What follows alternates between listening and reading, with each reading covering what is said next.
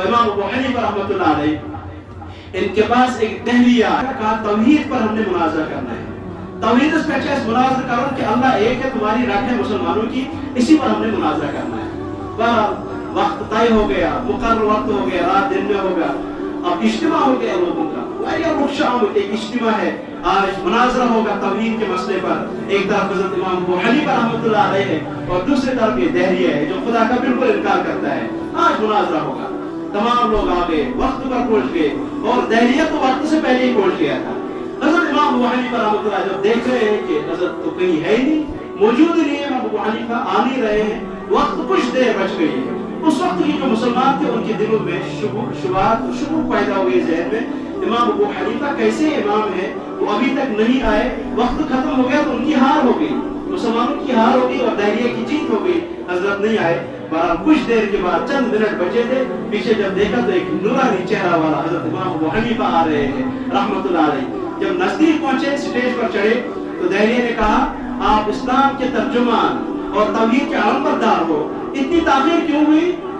आपकी तो यही वजह है, आप हमेशा इसी तरह भागते रहते हो, आपकी ताख़ीर क्यों हो गई? वक्त पर आना था।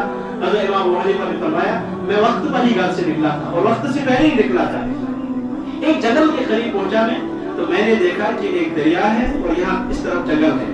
जंगल में मैंने अजीब व गरीब मंजर देखा, वो ये कि एक दरख्त खुद ब खुद कटा, फिर उसकी अच्छी अच्छी खूबसूरत तख्ते निकली, तख्ते निकलने के बाद उसकी एक कश्ती बन गई, वो जमीन में वो पानी पर चलने लगी, इधर की सवारियां उधर ले रही थी और उधर की सवारियां इधर ला रही थी। मैं इसी अजीब गरीब मंजर को देख रहा था, इस वजह से ताख़ीर हो गई। अब जो दहरिया ये उठा, मुसलमानों देखो तुम्हारा इमाम कैसा है, कितना झूठा है, ये सब कुछ कैसे हो सकता है? ना कश्ती खुद बन सकती है बनाने वाले के बगैर, ना दरख्त काट सकता है काटने वाले के बगैर, न कश्ती खुद चल सकती है मल्लाह ड्राइवर के बगैर, तो ये कैसे सब कुछ हो सकता है?